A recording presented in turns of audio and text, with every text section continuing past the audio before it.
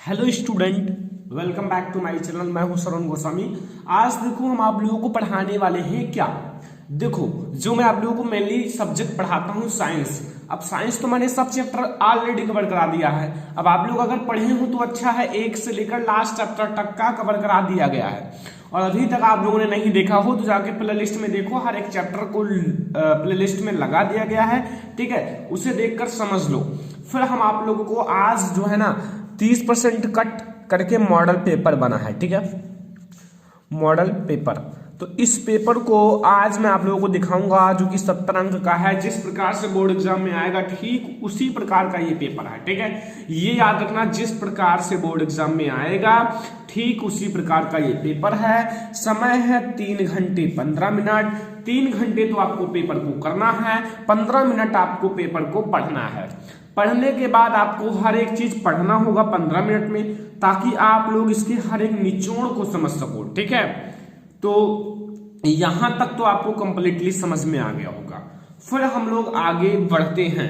देखो, यहां आपके कुछ निर्देश दिए रहते हैं, पेपर में भी दिए रहेंगे।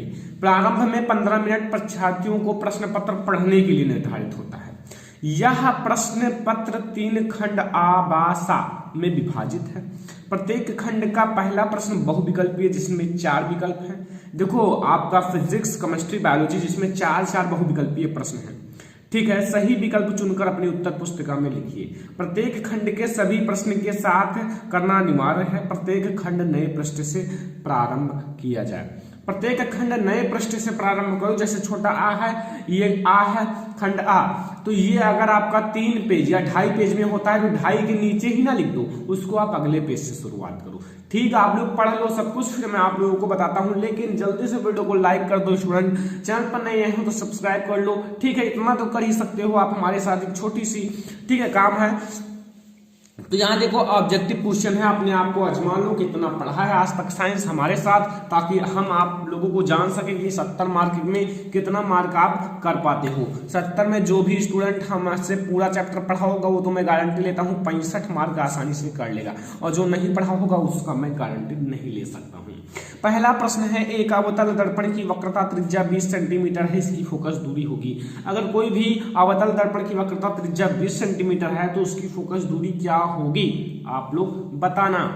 ठीक है, अगला, अस्पष्ट दृष्टि की न्यूनतम दूरी है। अस्पष्ट दृष्टि की न्यूनतम दूरी क्या है? छोटा सा सिलेबस है क्लास 10 में, अब इतना ना पढ़ पाओ तो बेकार है। 30% कट भी कर दिया गया है। अब इतना मेहनत ना करो तो सब बेकार है। ठीक है, तो मेहनत करना अभी से शुरुआत कर दो। जो स्टूडेंट अभी से नहीं जुड़े हुए हैं जल्दी से जुड़ जाओ, मेहनत करना स्टार्ट कर दो, क्योंकि बिना मेहनत के आपको नंबर कोई देने वाला नहीं है। आप सोचो कि वैसे ही नंबर मिल जाएगा तो कभी नहीं मिलेगा, ये सोच रहे हो तो आप बिल्कुल गलत हो। तो जल्दी से अभी से मेहनत करना स्टार्ट कर दो हमारे साथ। ठीक है, यहां देखो लिखा है, प्रतिरोध के समांतर संयोजन में समान होता है। क्या समान होता है? प्रतिरोध के समांतर क्रम में क्या समान होता है? अगला, ये गा है, अवघा है। देखो, चुंबकीय क्षेत्र की तीव्रता का मात्रक है। जो चुंबकीय क्षेत्र की तीव्रता होता है उसका मात्रक क्या होता है? आप लोग ये सब तो जानते होंगे, छोटी छोटी बातें हैं, आपको जानना जरूरी है। तो प्लीज देख लो वीडियो को, जो मैंने पढ़ाया है। ठीक है, अब इसमें क्या आता है, 1 नंबर हो गया, अब 2 नंबर वाला। अवतल दर्पण के मुख्य फोकस की परिभाषा दीजिए। अवतल दर्पण के मुख्य फोकस की पढ़े होंगे, मैंने पढ़ाया है। ठीक है, अवतल दर्पण है, इसके मुख्य फोकस, इसके समांतर ऐसे किरणें आती हैं मुख्य अक्ष के समांतर, और यहाँ एक बिंदु पर मिल जाती है जिसे मुख्य फोकस कहते हैं। मुख्य अक्ष के समांतर चलने वाली प्रकाश की किरणें दर्पण से टकराकर क्या होती हैं, उस मुख्य अक्ष के जिस बिंदु पर मिलती है उसे क्या कहते हैं, दर्पण का मुख्य फोकस। इतना तो आपको याद करना पड़ेगा। अगला है, वायु में वायु में गमन करती प्रकाश की किरण जल में तिरछी प्रवेश करती है। क्या प्रकाश किरण अभिलंब की ओर झुकेगी अथवा अभिलंब से दूर हटेगी, बताइए। अब आप समझो कौन सा विरल है, कौन सा सघन है, फिर आपको मैंने बताया, अपवर्तन पढ़ाया है। ठीक है, अगला देखो, 4 नंबर का आता है, 15 सेंटीमीटर फोकस दूरी के किसी उत्तल लेंस से कोई बिंब का अर्थ है वस्तु 10 सेंटीमीटर दूरी पर रखा है। प्रतिबिंब की स्थिति तथा प्राकृति ज्ञात कीजिए। प्रतिबिंब की स्थिति बताना है और उसका प्राकृत बताना है। ठीक है, समझ में आ जाना चाहिए हर एक क्वेश्चन, वरना फिर जानते हो सब कुछ मैंने पढ़ाया है।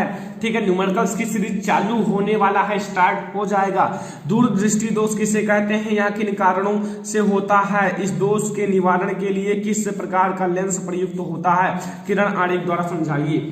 अगला है एक वस्तु में एक घंटे में 50 वाट विभवांतर, और यहाँ कितना लिखा हुआ, इकाई, दहाई, सैकड़ा, हजार, 10,000, 96,000 कूलाम आवेश को स्थानांतरित करने में उत्पन्न ऊष्मा का परिकलन कीजिए। ऊष्मा का सूत्र आप लोगों ने पढ़ा होगा, वो सूत्र लगाओ फिर आपको ये मिल जाएगा। ठीक है, फिर यहाँ विद्युत मीटर या विद्युत जनित्र में के बीच में क्या अंतर है, ऑलरेडी पढ़ा दिया गया है इन सबको, तो जल्दी से कमेंट करो। और जो जो जानते हो वो बहुत ही अच्छा है, क्योंकि इनको ऑलरेडी पढ़ा दिया गया है। विद्युत मोटर तथा विद्युत जनित्र अलग अलग भी पढ़ाया गया है। विद्युत मोटर क्या होता है, विद्युत जनित्र क्या होता है, इसकी रचना, क्रिया, विधि, सिद्धांत सब कुछ पढ़ाया गया है। तो अभी नहीं देखे हो तो देख लो, क्योंकि ऐसा वीडियो आपको कहीं नहीं मिलेगा, हर एक चीज कवर करा दिया गया है साइंस का। ठीक है, तो जो आपका फंस रहा हो, जैसे मानव नेत्र यहाँ 7 नंबर में आया है, देखो मैं आपको बताता हूँ।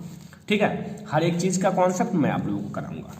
ठीक है, यहाँ थोड़ा सा इधर कर ले। ठीक है, यहाँ जैसे लिखा हुआ है मानव नेत्र चित्र बनाकर विभिन्न भागों का वर्णन करो, तब अब इसको पढ़ा दिया गया है, दोबारा क्या पढ़ाएं, तो इसको आप लोग सर्च कर लो, मानव नेत्र बाई श्रवण लेक्चरर, वो वीडियो आपको हमारा सबसे ऊपर मिल जाएगा। ठीक है, तो इतना तो कर ही सकते हो स्टूडेंट, इतना करोगे तभी सफल होगे। ओम का नियम क्या है, इसके सत्यापन के लिए आवश्यक प्रयोगों का वर्णन करो आरेख खींचकर, तो इसको भी पढ़ा दिया गया, ऑलरेडी पढ़ाया गया स्टूडेंट। ठीक है, 5वां क्वेश्चन ये अब खंड बा आ जाता है, जो कि रासायन विज्ञान है। ठीक है, ठीक है, तो यहां खंडबा से शुरुआत करते हैं। यहां आपके 4 ऑब्जेक्टिव हैं, 1 2 3 ऑब्जेक्टिव है। ठीक है, 3 ही केमिस्ट्री में ऑब्जेक्टिव होते हैं, बायोलॉजी में आपके 4 ऑब्जेक्टिव होते हैं, और फिजिक्स में 4 ऑब्जेक्टिव होते हैं। लेकिन जो केमिस्ट्री होता है उसमें 3 ही ऑब्जेक्टिव होता है। यहाँ अगला देखो ऑब्जेक्टिव आप लोग पढ़ लो। ठीक है, आप लोग पढ़ सकते हो, जैसे यहाँ आपका एक रिएक्शन है, रासायनिक क्रिया में Y क्या है, SO2 होगा, निम्नलिखित में दुर्बल अम्ल है, क्या है इसमें दुर्बल अम्ल, और निम्नलिखित में अम्लीय लवण है। अम्लीय लवण जिसमें H लगा हुआ है यही आपका अम्लीय लवण होगा। लेकिन अब आप लोगों को हम नहीं बताएंगे, आप लोग अपने आप को देख लो कितना जानते हो, कितना अभी तक पढ़े हो, क्योंकि ज्यादा टाइम तो है नहीं आपके पास। ठीक है, तो यहाँ अब आप लोग देखो 6वां नंबर क्वेश्चन, कॉपर ग्लास अयस्क से किस प्रकार तांबा विगलित किया जाता है, 2 नंबर का। फिर यहाँ पीएच की परिभाषा दीजिए, इसका हाइड्रोजन आयन सांद्रण का क्या संबंध है, 2 नंबर। फिर यहाँ क्या कारण है कि कुछ पदार्थ जैव निम्नीकरण होते हैं और कुछ पदार्थ अजैव निम्नीकरण, 2 नंबर। फिर यहाँ प्लास्टर ऑफ पेरिस को आर्द्र रोधी बर्तन में क्यों रखा जाता है या क्यों रखना चाहिए, इसका व्याख्या कीजिए। फिर यहाँ रेडॉक्स अभिक्रिया क्या होती है, उदाहरण सहित समझाइए, सब पढ़ाया गया है अब ऑलरेडी। प्लास्टर ऑफ पेरिस किसे कहते हैं, इसे बनाने की विधि गुण, इसको तो ऑलरेडी पढ़ा दिया गया, नहीं देखे थोड़ा तो सर्च कर लो, plaster of Paris by Shravan lecture क्या है भाई, थोड़ा सर्च कर लो, थोड़ा मेहनत करोगे तभी सफल होंगे। ठीक है, तो इतना कर सकते हो। और इसे चैप्टर 2 अम्ल क्षार मिलावट में पूरा चैप्टर जिसमें पढ़ाया गया, ये सब पढ़ाया गया, प्लास्टर ऑफ पेरिस, व्यंजक चूर्ण, बेकिंग सोडा, ढामन सोडा, सबको पढ़ाया गया। इतना तो आप लोग कर लो, हर एक चैप्टर तो क्लियर कर लो, एक दिन में एक चैप्टर क्लियर कर लो स्टूडेंट, एक चैप्टर, क्योंकि मैंने आप लोगों को पूरा चैप्टर 15 से 16 चैप्टर साइंस का पढ़ा दिया गया। अब एक चैप्टर अगर एक दिन में कंप्लीट करते हो तो 15 से 16 दिन, जनवरी के लास्ट तक आपका सब कुछ तैयार हो जाएगा। इतना तो आप करो, वरना सफल नहीं होने वाले हो। तो सब लोग इतना, आप लोग हमारी बातों को बुरा मत मानिए, लेकिन ये करना पड़ेगा आप लोगों को। फिर यहाँ यकृत स्रावित करता है, यहाँ पतझड़ से संबंधित हार्मोन्स है, यहाँ प्रागनली में नर युग्मक की संख्या होती है, एक द्विसंकरण प्रारूप होता है, बहुत बड़ा ये है द्विसंकरण संकरण, लेकिन आप लोगों को याद होगा यही होता है 9:3:3:1, ये तो होता ही है। ठीक है, फिर यहाँ प्रतिवर्ती क्रिया तथा टहलने के बीच क्या अंतर है, ठीक है, ये भी आपको पढ़ाया गया है। यहाँ ऋतुस्राव क्या है, यहाँ जीवन के उद्भव का आधुनिक ओपोरिन सिद्धांत क्या है, रुधिर तथा लसिका में अंतर, इसको भी पढ़ाया गया। हार्मोन्स तथा एंजाइम में अंतर, इसे भी पढ़ाया गया। पादम में लैंगिक अलैंगिक जनन पर संक्षिप्त टिप्पणी कीजिए। अलैंगिक जनन क्या होते हैं, जिसमें एक युग्मक की आवश्यकता होती है, नर और मादा दोनों की नहीं, केवल एक की, और एक से ही मतलब वो संतान नए संतान की उत्पत्ति कर लेता है। तो यही सब है, छोटी छोटी चीजें समझो। जैसे यहाँ अनुवांशिकी गुणसूत्र सिद्धांत का वर्णन करो, या डार्विन के प्राकृतिक, या फिर देखो इसको करो या अथवा इसको करो, या बढ़ावा देखो डार्विन के प्राकृतिक वर्णवाद के मुख्य 4 बिंदु का वर्णन करो, या फिर बीजों के अंकुरण तथा उनके अंकुरण के प्रकारों का उदाहरण सहित लिखिए। तो भाई देखो, इतना मैंने आप लोगों को साइंस में ऐसा है नहीं कि कोई भी टॉपिक ना पढ़ाया हो।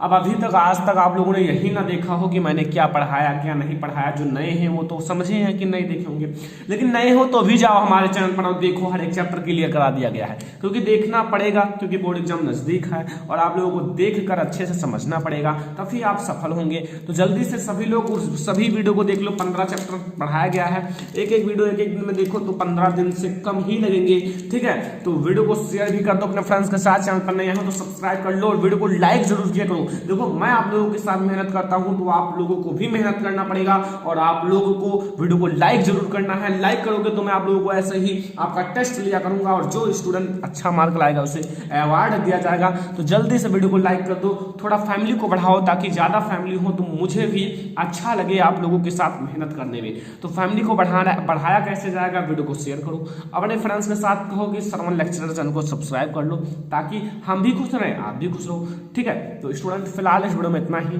तब तक के लिए धन्यवाद।